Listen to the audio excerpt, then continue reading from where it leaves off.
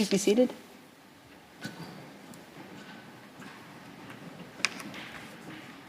The sitting is open. The court meets in this public sitting to deliver its decision on the request for the indication of provisional measures submitted by Ukraine in the case concerning allegations of genocide under the Convention on the Prevention and Punishment of the Crime of Genocide, Ukraine versus Russian Federation. In view of the current COVID-19 pandemic, the court has opted for a hybrid format for today's sitting. Vice President Gevorgyan, Judges Tomka, Abraham, Yusuf, Shui, Sebutende, Iwasawa, Nolte, and Charlesworth, and Judge Ad hoc Daudet are present with me in the Great Hall of Justice. Judges Benuna, Bandari, Robinson, and Salam are participating by video link. I recall that on 26 February 2022, Ukraine filed in the registry of the court an application instituting proceedings against the Russian Federation concerning, I quote, a dispute relating to the interpretation, application, and fulfillment of the 1948 Convention on the Prevention and Punishment of the Crime of Genocide, end of quote, which I shall refer to as the Genocide Convention or the Convention. Together with the application, Ukraine submitted a request for the indication of provisional measures with reference to Article 41 of the statute and to Articles 73, 74, and 75 of the Rules of Court. I further recall that by a letter dated 5 March 2022, the ambassador of the Russian Federation to the Kingdom of the Netherlands indicated that his government had decided not to participate in the oral proceedings on the request for the indication of provisional measures. However, under cover of a letter dated 7 March 2022, he communicated to the court a document setting out, I quote, the position of the Russian Federation regarding the lack of jurisdiction of the court in the case, end of quotation.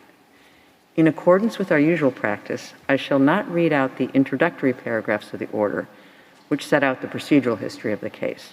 I shall also omit or summarize some other paragraphs. I shall accordingly begin the reading of the order at paragraph 17. The context in which the present case comes before the court is well known. On 24 February 2022, the President of the Russian Federation, Mr. Vladimir Putin, declared that he had decided to conduct an, I quote, special military operation, end of quote, against Ukraine. Since then, there has been intense fighting on Ukrainian territory, which has claimed many lives, has caused extensive displacement, and has resulted in widespread damage. The court is acutely aware of the extent of the human tragedy that is taking place in Ukraine and is deeply concerned about the continuing loss of life and human suffering.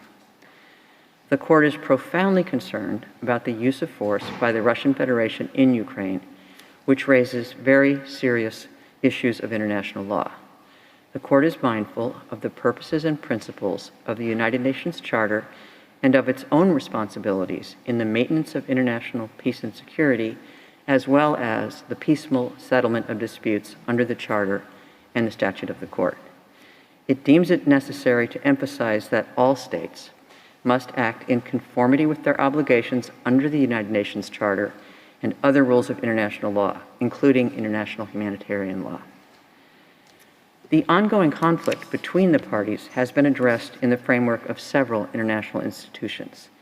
The General Assembly of the United Nations adopted a resolution referring to many aspects of the conflict on 2 March 2022. The present case before the court, however, is limited in scope, as Ukraine has instituted these proceedings only under the Genocide Convention. The court wishes to express its regret at the decision taken by the Russian Federation not to participate in the oral proceedings on the request for indication of provisional measures. The non-appearance of a party has a negative impact on the sound administration of justice, as it deprives the court of assistance that a party could have provided to it. Nevertheless, the court must proceed in the discharge of its judicial function at any phase of the case. Though formally absent from the proceedings, non-appearing parties sometimes submit to the court letters and documents in ways and by means not contemplated by its rules. It is valuable for the court to know the views of both parties in whatever form those views may have been expressed. The court will therefore take account of the document communicated by the Russian Federation on 7 March 2022 to the extent that it finds this appropriate in discharging its duties. The court recalls that the non-appearance of one of the states concerned cannot in itself constitute an obstacle to the indication of provisional measures. It emphasizes that the non-participation of a party in the proceedings at any stage of the case cannot in any circumstances affect the validity of its decision. Should the present case extend beyond the current phase, the Russian Federation, which remains a party to the case, will be able, if it so wishes, to appear before the court to present its arguments.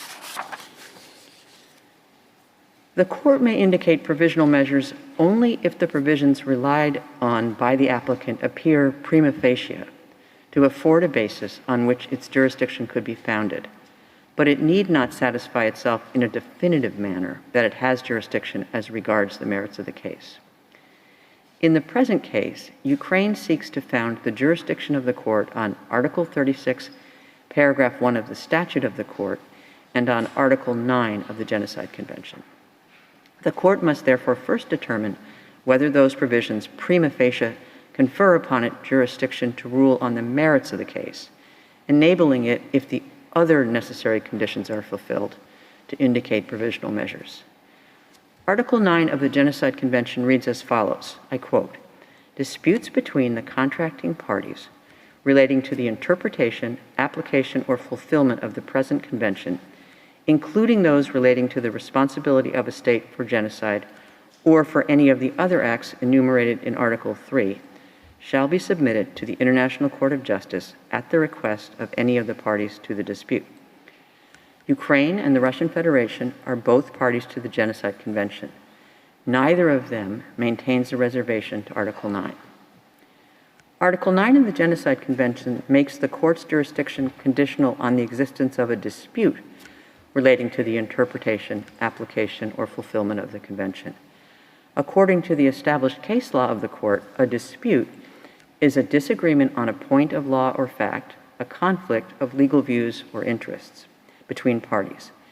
In order for a dispute to exist, it must be shown that the claim of one party is positively opposed by the other.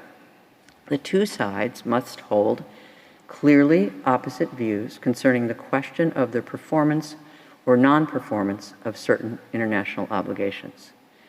To determine whether a dispute exists in a present case, the court cannot limit itself to noting that one of the parties maintains that the convention applies while the other denies it. Since Ukraine has invoked as the basis of the court's jurisdiction the compromissory clause in an international convention, the court must ascertain at the present stage of the proceedings whether it appears that the acts complained of by the applicant are capable of falling within the scope of that convention, ration materiae. Ukraine contends that a dispute exists between it and the Russian Federation relating to the interpretation, application, or fulfillment of the Genocide Convention.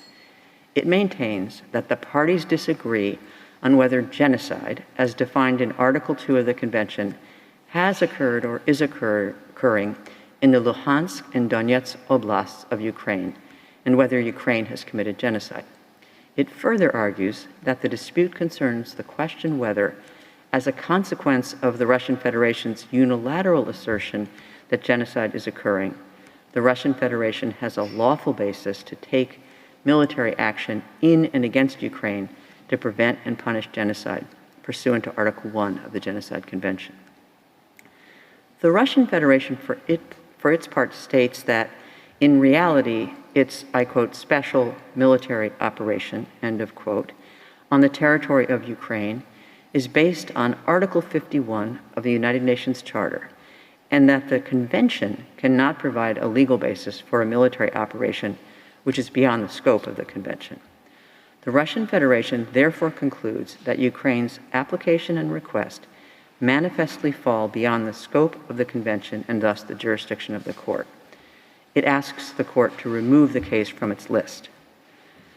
The court recalls that for the purpose of deciding whether there was a dispute between the parties at the time of the filing of the application, it takes into account in particular any statements or documents exchanged between the parties, as well as any exchanges made in multilateral settings.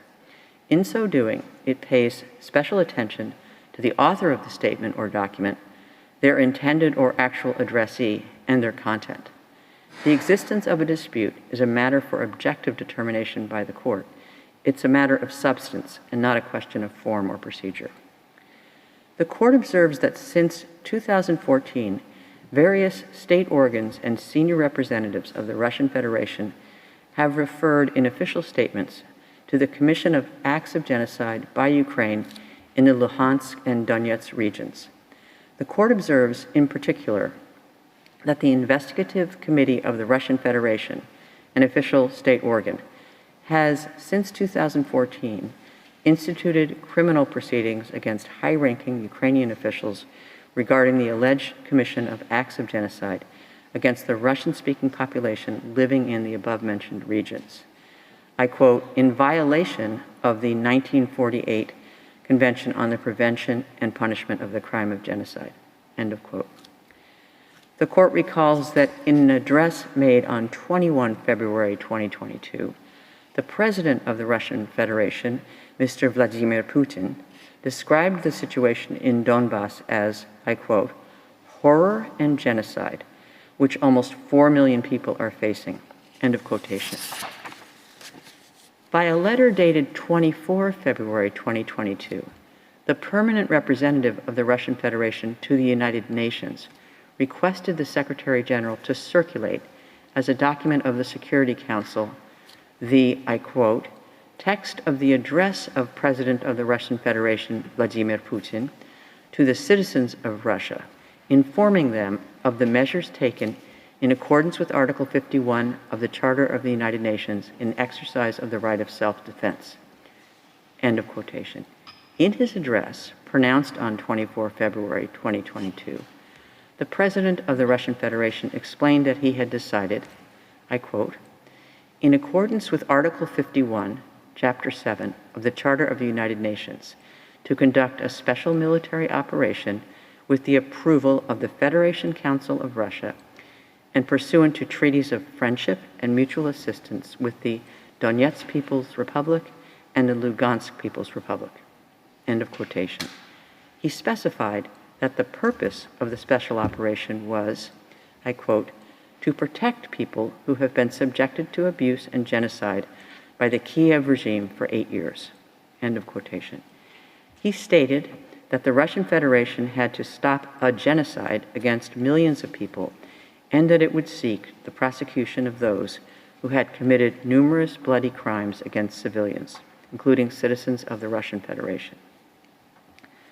The permanent representative of the Russian Federation to the United Nations, referring to the address by the President of the Russian Federation on 24 February 2022, explained at a meeting of the Security Council on Ukraine that, I quote, "the purpose of the special operation was to protect people who had been subjected to abuse and genocide by the Kiev regime for 8 years," end of quotation.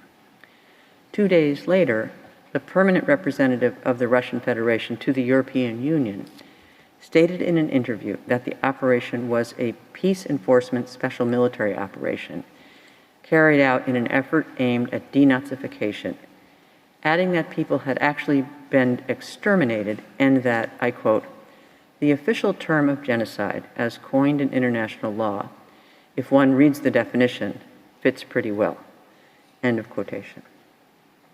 In response to the Russian Federation's allegations and its military actions, the Ministry of Foreign Affairs of Ukraine issued a statement on 26 February 2022, stating that Ukraine, I quote, "strongly denies Russia's allegations of genocide and disputes any attempt to use such manipulative allegations as an excuse for Russia's unlawful aggression," end of quotation. At the present stage of these proceedings, the court is not required to ascertain whether any violations of obligations under the Genocide Convention have occurred in the context of the present dispute. Such a finding could be made by the court only at the stage of the examination of the merits of the present case. At this stage, the court's task is to establish whether the acts complained of by Ukraine appear to be capable of falling within the provisions of the Genocide Convention.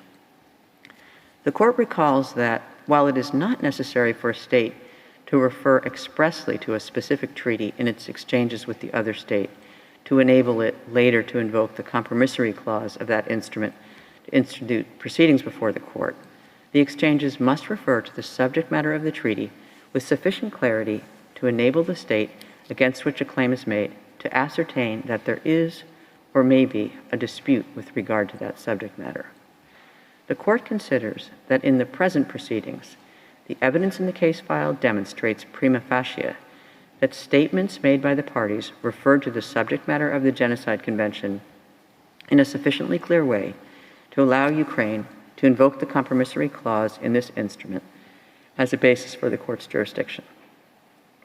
The statements made by the state organs and senior officials of the parties indicate a divergence of views as to whether certain acts allegedly committed by Ukraine in the Luhansk and Donetsk regions amount to genocide in violation of its obligations under the Genocide Convention, as well as whether the use of force by the Russian Federation for the stated purpose of preventing and punishing alleged genocide is a measure that can be taken in fulfillment of the obligation to prevent and punish genocide contained in Article 1 of the Convention. In the court's view, the acts complained of by the applicant appear to be capable of falling within the provisions of the Genocide Convention. The court recalls the Russian Federation's assertion that its, quote, special military operation, end of quote, is based on Article 51 of the United Nations Charter and customary international law. The court observes in this respect that certain acts or omissions may give rise to a dispute that falls within the ambit of more than one treaty. This assertion of the Russian Federation does not therefore preclude a prima facie finding by the court that the dispute presented by the application relates to the interpretation, application, or fulfillment of the Genocide Convention. The court finds, therefore, that the above-mentioned elements are sufficient at this stage to establish prima facie the existence of a dispute between the parties relating to the interpretation, application, or fulfillment of the Genocide Convention. In light of the foregoing, the court concludes that prima facie it has jurisdiction pursuant to Article 9 of the Genocide Convention to entertain the case. Given the above conclusion, the court considers that it cannot accede to the Russian Federation's request that the case be removed from the general list for manifest lack of jurisdiction. The power of the court to indicate provisional measures under Article 41 of the statute has as its object the preservation of the respective rights claimed by the parties in a case, pending its decision on the merits. It follows that the court must be concerned to preserve by such measures the rights which may subsequently be adjudged by it to belong to either party. Therefore, the court may exercise this power only if it is satisfied that the rights asserted by the party requesting such measures are at least plausible. At this stage of the proceedings, however, the court is not called upon to determine definitively whether the rights which Ukraine seeks to protect exist. It need only determine whether the rights claimed by Ukraine on the merits and for which it is seeking protection are plausible. Moreover, a link must exist between the rights whose protection is sought and the provisional measures being requested. In the present proceedings, Ukraine argues that it seeks provisional measures to protect its rights, I quote, not to be subject to a false claim of genocide and not to be subjected to another state's military operations on its territory based on a brazen abuse of Article 1 of the Genocide Convention, end of quotation. Ukraine contends that it has a right to demand good faith performance of obligations under the Genocide Convention by the Russian Federation in accordance with the object and purpose of the Convention. It states that the Russian Federation has abused and misused the rights and duties stipulated in the Convention, and that the, quote, special military operation, close quote, of the respondent is an aggression undertaken under the guise of the duty to prevent and punish genocide, enshrined in Articles 1 and 4 of the Convention, and that it frustrates the object and purpose of the Convention. The Court observes that, in accordance with Article 1 of the Convention, all parties thereto have undertaken to prevent and to punish the crime of genocide. Article 1 does not specify the kinds of measures that a contracting party may take to fulfill this obligation. However, the contracting parties must implement this obligation in good faith, taking into account other parts of the Convention, in particular Articles 8 and 9, as well as its preamble. Pursuant to Article 8 of the Convention, a contracting party that considers that genocide is taking place in the territory of another contracting party may call upon the competent organs of the United Nations to take such action under the Charter of the United Nations as they consider appropriate for the prevention and suppression of acts of genocide or of any of the other acts enumerated in Article 3. In addition, pursuant to Article 9, such a contracting party may submit to the Court a dispute relating to the interpretation, application, or fulfillment of the Convention. A contracting party may resort to other means of fulfilling its obligation to prevent and punish genocide that it believes to have been committed by another contracting party, such as bilateral engagements or exchanges within a regional organization. However, the Court emphasizes that in discharging its duty to prevent genocide, every state may only act within the limits permitted by international law, as was stated in a previous case brought under the Convention. The acts undertaken by the contracting parties to prevent and punish genocide must be in conformity with the spirit and aims of the United Nations, as set out in Article 1 of the United Nations Charter. The Court can only take a decision on an applicant's claims if the case proceeds to the merits. At the present stage of the proceedings, it suffices to observe that the Court is not in the possession of evidence substantiating the allegation of the Russian Federation that genocide has been committed on Ukrainian territory. Moreover, it is doubtful that the Convention, in light of its object and purpose, authorizes a contracting party's unilateral use of force in the territory of another state for the purpose of preventing or punishing an alleged genocide. Under these circumstances, the Court considers that Ukraine has a plausible right not to be subjected to military operations by the Russian Federation for the purpose of preventing and punishing an alleged genocide in the territory of Ukraine. The Court now turns to the condition of the link between the rights claimed by Ukraine and the provisional measures requested. The Court has already found that Ukraine is asserting a right that is plausible under the Genocide Convention. The Court considers that by their very nature, the first two provisional measures sought by Ukraine are aimed at preserving the rights of Ukraine that the Court has found to be plausible. As to the third and fourth provisional measures requested by Ukraine, the question of their link with that plausible right does not arise, insofar as such measures would be directed at preventing any action which may aggravate or extend the existing dispute or render it more difficult to resolve, and at providing information on the compliance with any specific provisional measure indicated by the Court.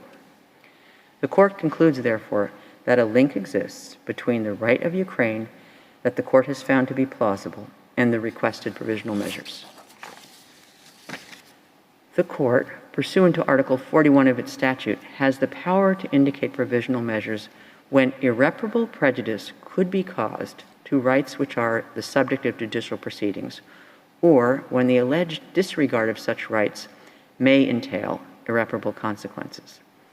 However, the power of the Court to indicate provisional measures will be exercised only if there is urgency, in the sense that there is a real and imminent risk that irreparable prejudice will be caused to the rights claimed before the Court gives its final decision. The condition of urgency is met when the acts susceptible of causing irreparable prejudice can occur at any moment before the Court makes a final decision in the case. The Court must therefore consider whether such a risk exists at this stage of the proceedings.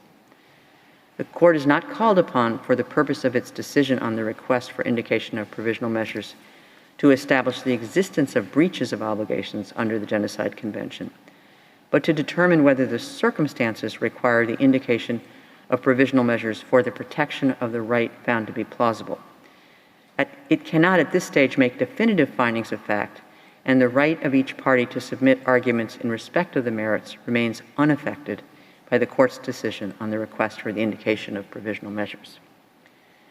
Having previously determined that Ukraine can plausibly assert a right under the Genocide Convention, and that there is a link between this right and the provisional measures requested, the court now considers whether irreparable prejudice could be caused to this right and whether there is urgency, in the sense that there is a real and imminent risk that irreparable prejudice will be caused to this right before the court gives its final decision.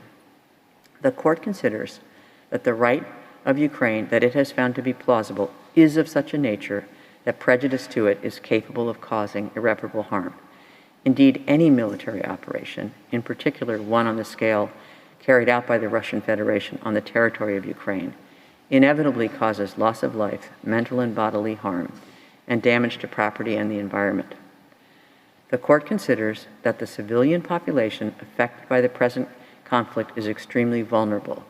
The, quote, special military operation, end of quote, being conducted by the Russian Federation has resulted in numerous civilian deaths and injuries. It has also caused significant material damage, including the destruction of buildings and infrastructure. Attacks are ongoing and are creating increasingly difficult living conditions for the civilian population. Many persons have no access to the most basic foodstuffs, potable water, electricity, essential medicines, or heating. A very large number of people are attempting to flee from the most affected cities under extremely insecure conditions. In this regard, the court takes note of the 2 March 2022 resolution of the General Assembly of the United Nations, which inter alia, I quote, expresses grave concern at the reports of attacks on civilian facilities such as residences, schools, and hospitals, and of civilian casualties including women, older persons, persons with disabilities, and children, recognizes that the military operations of the Russian Federation inside the sovereign territory of Ukraine are on a scale that the international community has not seen in Europe in decades, and that urgent action is needed to save this generation from the scourge of war, condemns the decision of the Russian Federation to increase the readiness of its forces, and expresses grave concern at the deteriorating humanitarian situation in and around Ukraine, with an increasing number of internally displaced persons and refugees in need of humanitarian assistance. End of quotation.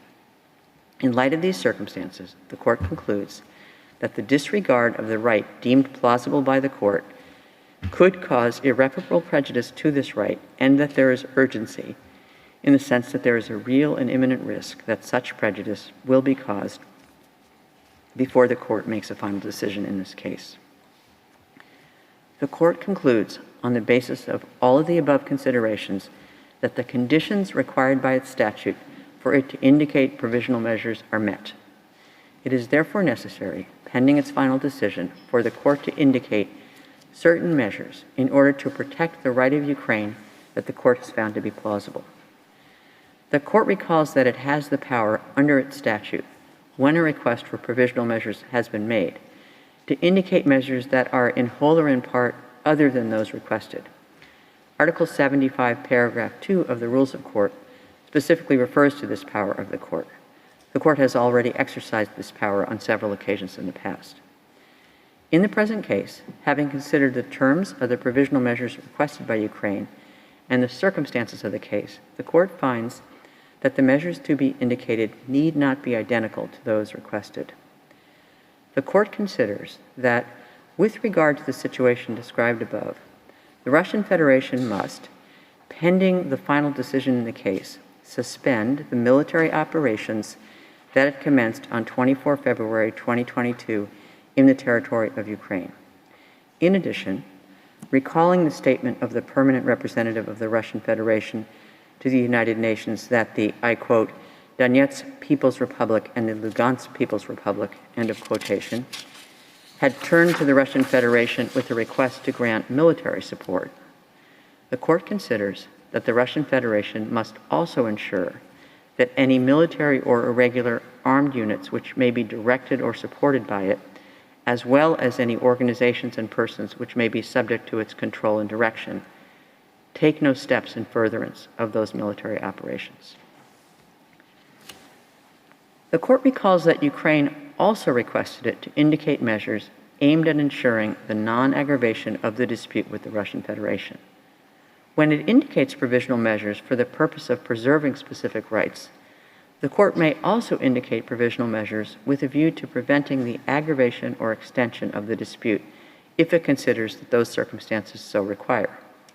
In the present case, having considered all the circumstances, in addition to the specific measures it has decided to order, the court deems it necessary to indicate an additional measure directed at both parties and aimed at ensuring the non-aggravation of the dispute.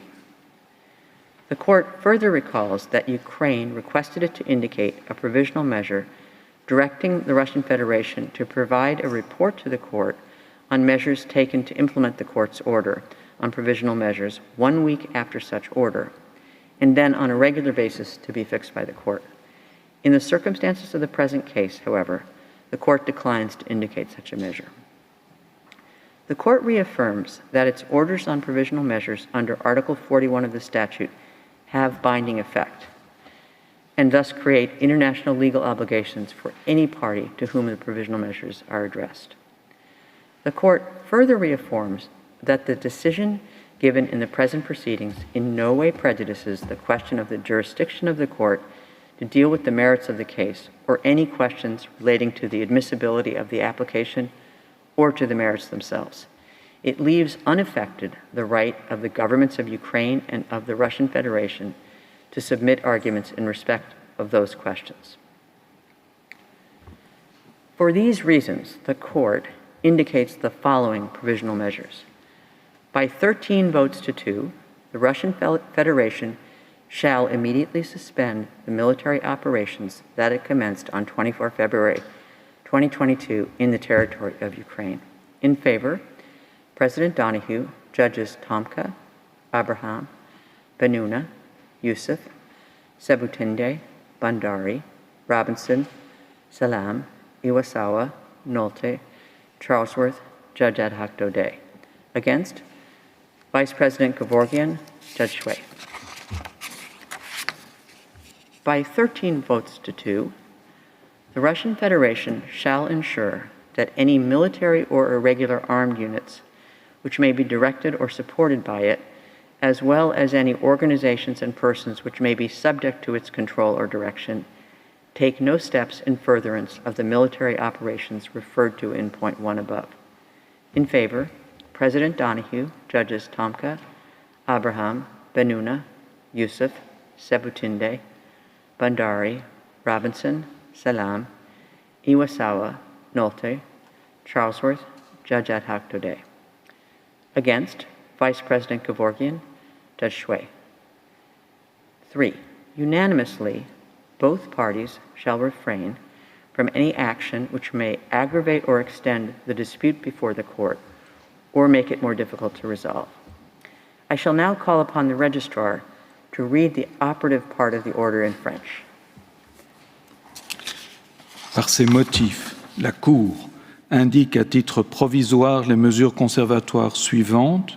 1. Par 13 voix contre 2. La Fédération de Russie doit suspendre immédiatement les opérations militaires qu'elle a commencées le 24 février 2022 sur le territoire de l'Ukraine. Pour Madame Donoghue, présidente, Messieurs Tomka, Abraham, Benuna, Youssouf, Madame Sebutinde, Messieurs Bandari, Robinson, Salam, Iwasawa, Nolte, Madame Charlesworth, juge, Monsieur Daudet, juge ad hoc. Contre, Monsieur Gevorgian, vice-président, Madame Chouet, juge. 2. Par 13 voix contre 2, la Fédération de Russie doit veiller à ce qu'aucune des unités militaires ou unités armées irrégulières qui pourraient relever de son autorité ou bénéficier de son appui, ni aucune organisation ou personne qui pourrait se trouver sous son contrôle ou sa direction ne commettent d'actes tendant à la poursuite des opérations militaires visées au point 1 ci-dessus.